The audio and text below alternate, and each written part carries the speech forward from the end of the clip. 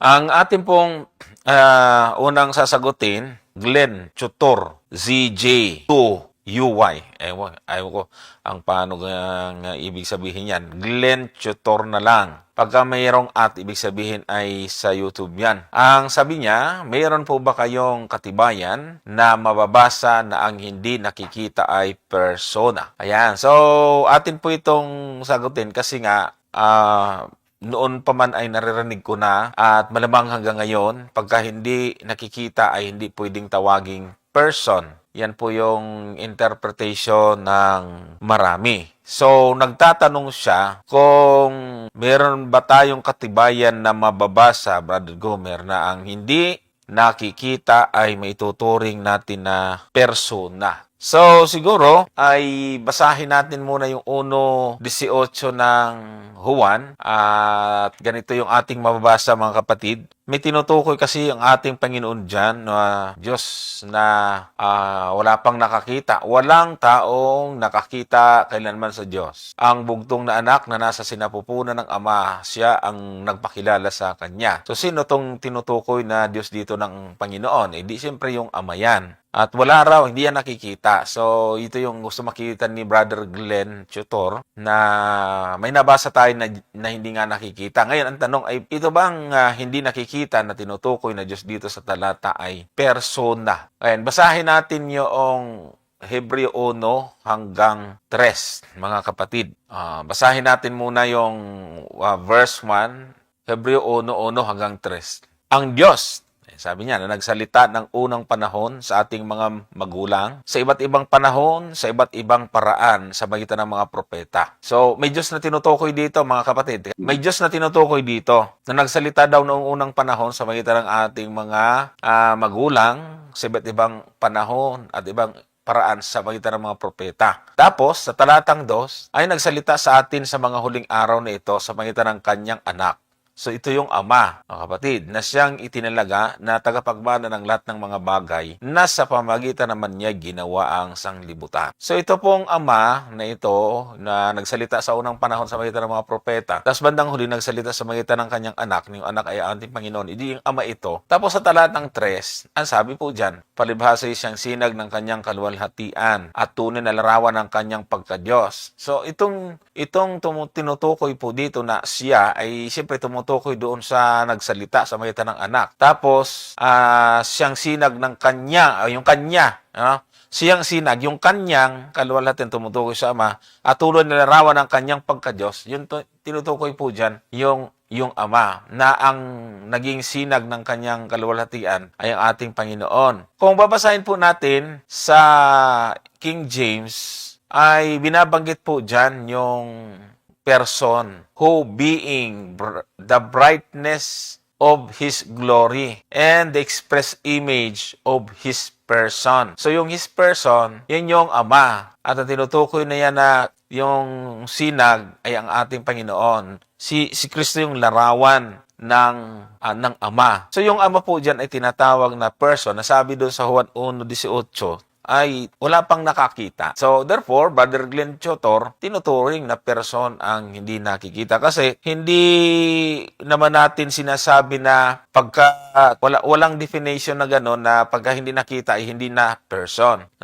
Walang ganon. Brother Gomer. Tama naman yun, Brother Johnson. Kaya nga, medyo lang siya, kumbaga, ang gusto ko sa kanyang pangatwiranan, sa tingin ko, ang kanyang nilalabanan dyan sa tanong na yan ay yung banal na espiritu. Maari. Kasi nga, ang banal na espiritu hindi nakikita. Yun siguro ang kanyang punto na gustong dalhin. Kaya lang, nakalimutan niya itong, ang sabi sa talata, tingnan po natin itong talata na to sa 4:24 ng Juan. Sabi niya sa talata po na yan ay, ang Diyos ay espiritu. Ayun, ay espiritu ang Diyos eh. At hindi mo talaga siya makikita kapag sinabi mong espiritu. Hindi po siya nakikita. Pero hindi ibig sabihin na siya ay hindi persona. Kaya nga, ang banal na espiritu, bagamat hindi siya nakikita, itinuturing siya ng banal na kasulatan, Brother Johnson, na persona. Kaya nga pag ina-address siya ng ating Panginoong Hesuscristo, ginagamitan niya ng pronoun, siya. O, di ba? Ginagamitan niya ng ganon. So, ibig sabihin, sige, basahin nga natin siguro yung Juan 16. Juan 16, 8 yata yan, ano? Tingnan niyo po kung paano. Sa English nga natin ilagay para makita po ninyo sa English. When he is come. Yan. Ang tinutukoy ng ating Panginoon dyan ay walang iba kundi ang banal na Espiritu. He will reprove the world of sin and of righteousness and of judgment. So, maliwanag na kahit ang banal na Espiritu ay hindi nakikita, ay ina-address po siya ng ating Panginoon as persona. Ganon din po yung Ama. Ang Ama ay hindi po siya nakikita. Ang sabi nga doon, Brother Johnson, sa isang talata ng unang Timoteo, tingnan po natin yung unang Timoteo 6:16. Pansinin po ninyo yan. Sabi diyan, who only hath immortality, dwelling in the light, which no man can approach. Sa Tagalog, basahin natin sa Tagalog. Whom no man hath seen, nor can see. Tingnan natin sa Tagalog. Na siya lamang ang walang kamatayan, na nananahan sa liwanag na di malapitan, na di nakita ng sino mang tao. Nakita po ninyo, ano? Yung Ama ay hindi daw nakita, Brother Johnson, ng sino mang tao, ha? Hindi yung sinabi dyan ni Apostol Pablo na hindi nakita ng sino mang tao maliban sa ating Panginoong Jesucristo. Ay bakit ko dinugtong yun? Kasi nga, kung ang paniniwala mo lang kay Kristo ay tao, lumalabas dito sa talatang ito, Brother Johnson, maging si Kristo, hindi niya pa nakita ang Ama. Yun. Sana ay nakita po ninyo yung katwiran po doon. Nang sabi diyan, hindi nakita ng sino mang tao. Sino mang tao yan, ha? Sino mang tao. Dinidiin ko yun, Brother Johnson. Binibigyan ko ng emphasis. Kasi sino mang tao, ibig sabihin yan, kung ang ating Panginoon ay talagang katutubong tao lang, ay kasama dapat siya rito na hindi hindi niya rin nakita ang Ama. Tama. Tapos sabi niya, o makikita man. Ay hindi po yan ang nagpapatunay na ang Ama ay hindi persona sapagkat siya po ay hindi nakikita. Ang sabi nga sa talata, Brother Johnson. Ayan. Meron lang po akong ipapakita dito mga kapatid na para ito makatulong sa atin. Sandali lang ha. So meron po kasing tatlong meaning. Ni-research ko ngayon lang sa internet Sa online ko lang to kinuha. Meron pong ibig sabihin po itong person dito, mga kapatid. So una po, meron pong number 1, yung meaning, everyday meaning. In ordinary use, a person is simply a human being, someone with a body, a name, emotions, and the ability to think and act. For example, she's a kind person. So ito yung pinaniniwalaan ng karamihan na yung persona, ito yung nakikita, tao, may katawan, may pangalan, may emosyon, mayroong kakayanan na mag-isip, gumawa, at mayroong sample, yung personal pronoun, she. Pangalawang na meaning po nito, ito po ay yung everyday meaning. Pero meron pong philosophical deeper meaning pagdating sa person. In philosophy, a person is more than just a human. It refers to a being with self-awareness, reason, emotion, free will, and the capacity to relationships. Key traits of a person in the sense include. Ayan. Ito, consciousness. Meron siyang consciousness. Identity as a sense of ability, meron siyang ability to make moral choices, ability to relate with others. So yan po mga kapatid ito yung philosophical. Ngayon, meron tayong theological religious meaning. Yan, ito na po yung biblical perspective mga kapatid ng person. In theology, especially Christian theology, person refers to a distinct identity or center of consciousness within the divine of the Trinity. Ayon. Ito po yung theological aspect mga kapatid or perspective. God is one being in 3 persons, the Father, the Son, and the Holy Spirit. Here person doesn't mean human, but rather a unique relational identity, a being who can think, feel, and choose, and who exists in relationship with others. So, ito po yung theological meaning, kapatid. So, pasok po dito siyempre, yung ating Panginoon, yun ang makukontrahin. Yung medyo nalagay din sa questionable, pag question natin yung Holy Spirit, pati tuloy yung Ama, yung kanyang personhood ay makikwisyon rin natin. Kasi Espiritu din siya, hindi rin siya nakikita. Ngayon, ang mangyayari, madadama yung Ama. Pagka hindi natin tinanggap na person yung Holy Spirit, dama yung Ama dito, mga kapatid. Tandaan po natin, pag nag-aral po tayo, ay titingnan natin, napaka-bilis na po mag-research ngayon. Malaking tuloy yung AI, mga kapatid, dahil nga talaga namang punong-puno siya ng impormasyon na napakabilis na magbigay sa atin ng kaalaman. At basta tama lang yung question ay sasagutin tayo ng tama. So, ito po yung meaning ng person. Ngayon, meron ba nito yung Holy Spirit? Kasi halos hindi naman kini-question yung Ama, Brother Gomer. No? So, tandaan nyo po. Saan Hindi po? nga question yan, Brother Johnson. Ang problema, hindi nila napapansin yon. Yun nga. Ang Nadadamay. gusto nilang, actually, ang gusto nilang targetin yung banal na espiritu. Ang hindi na namalayan na habang inaano nila yung banal na espiritu ay nadadama yung Ama kasi nga yung Ama espiritu rin eh. Yan. Ngayon, At hindi siya nakikita. oo, yun. So, malamang-lamangan ang kini-question dito is yung Holy Spirit. Ngayon, ano ba yung, kasi malinaw na binabanggit po rito, no? Kahit na sa philosophical deeper meaning niya, meron siyang identity, consciousness.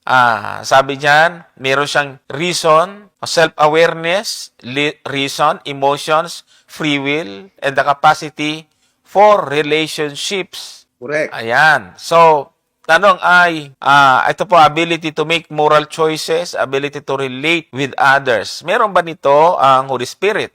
So, itong philosophical meaning at saka yung theological meaning ay mayroon po nito yung Holy Spirit para natin nalaman, mga kapatid. So, basa po tayo. Dito sa Roma 8:16, ito yung gawain ng Holy Spirit. Sabi po dito, ayan, ang Espiritu rin ang nagpapatutuo kasama ng ating Espiritu na tayo'y mga anak ng Diyos. So, siya po ay nagpapatutuo, nagwi-witness po ang Holy Spirit. Di ba? So, doon sa binasa natin kanina ay, meron pong emotion, reason, yan, self-awareness. So, reason, pasok po dito. Tapos, doon sa verse 26, dyan din, chapter 8, verse 26. Ang sabi naman dyan, at gayon din naman, ang Espiritu ay tumutulong sa ating kahinaan. Tumutulong, sapagkat hindi tayo marunong manalangin ng nararapat. Ngunit ang Espiritu rin ang namamagitan dahil sa atin ang mga hibik na hindi maisasaysay ng pananalita. Ayan mga kapatid, meron siyang capacity for relationship. Doon sa binasa natin kayo na, tinutulungan niya yung mga tao na hindi marunong mag-pray. Namamagitan siya sa atin na meron pong mga hibik.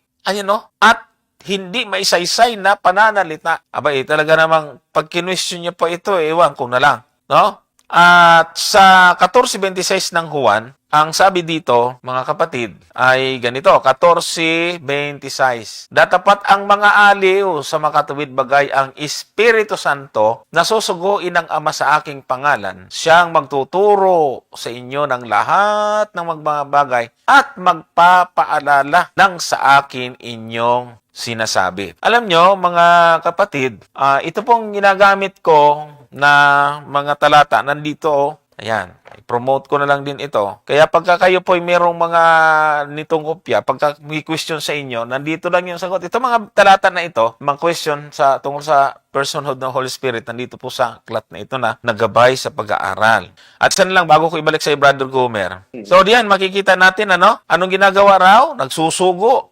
Sinusugo ng ating Panginoon sa pangalan niya, nagtuturo sa lahat ng mga bagay at nagpapaalala sa mga sinasabi ng Panginoon. Kaya nga yung mga hindi naniniwala sa Holy Spirit, kahabag-habag talaga eh. Kasi napakahalaga po ng ginagawa ng Banal na Espiritu. Tapos ang sabi pa dyan, susuguin ito ng Panginoon. Sisuguin ito ng Ama sa pangalan ng Panginoon. Kaya iba ito sa Ama, iba ito sa ating Panginoon. Ayun, hindi naniniwala yung iba sa Holy Spirit kasi yung Ama din daw yon. Si Kristo din daw yon. Paano ngayon ito dito, Brother Gomer? Hindi nga, yun nga. Si Kristo rin daw yung Holy Spirit. Yun ang kadalasan kong naririnig, Brother Johnson. Tsaka yung ama din nun, din daw yun eh. Yung si Kristo rin. Kaya lang, malabo nga talagang mangyari yun na ang Holy Spirit ay si Kristo rin. No? Una, at dadagdagan ko lang yung personality, yung individuality ng banal na espiritu. Sige. Maganda basahin natin sa English yung Gawa 13. Ang talata po niyan ay 2. Pansinin po ninyo yan ha. Ang nagsalita po dyan si Lucas. At nang sila ay nagsisipagling... Ayan, maganda ang English eh. Tingnan po ninyo sa English. As they ministered to the Lord and fasted, the Holy Ghost said. O, kita nyo ha? The Holy Ghost said. Anong sabi ng Holy Ghost? Separate me. Ihiwalay nyo sa akin, sabi niya, separate me Barnabas and Saul for the work whereunto I have called them. Yan ba namang mga katangian na yan, Brother Johnson, sasabihin ba natin na hindi yan, hindi yan persona? Kaya nga, yung sentro ng tanong na yan, Brother Johnson, ay talagang ang gustong tirahin yan yung banal na espiritu eh. Kasi nga, yan ang pinaniniwalaan nila na hindi persona ang banal na espiritu. Kasi nga, ang unang wala naman daw katawan. Paano naging persona? Walang katawan. Ay yung ama may katawan, wala rin. Espiritu rin siya.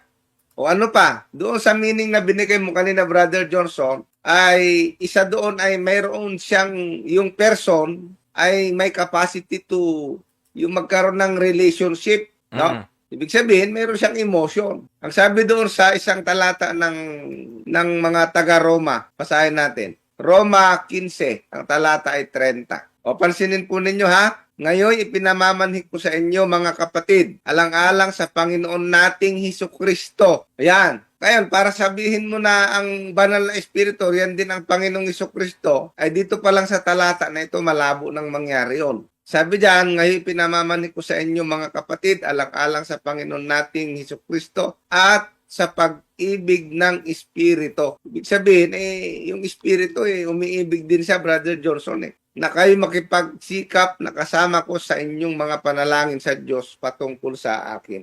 So, yan po yung mga karakter na, kumbaga, nasa banal na espiritu. Kaya nga, wag po natin pagdudahan yung personality ng banal na espiritu. Brother Johnson. Yan, tama yan.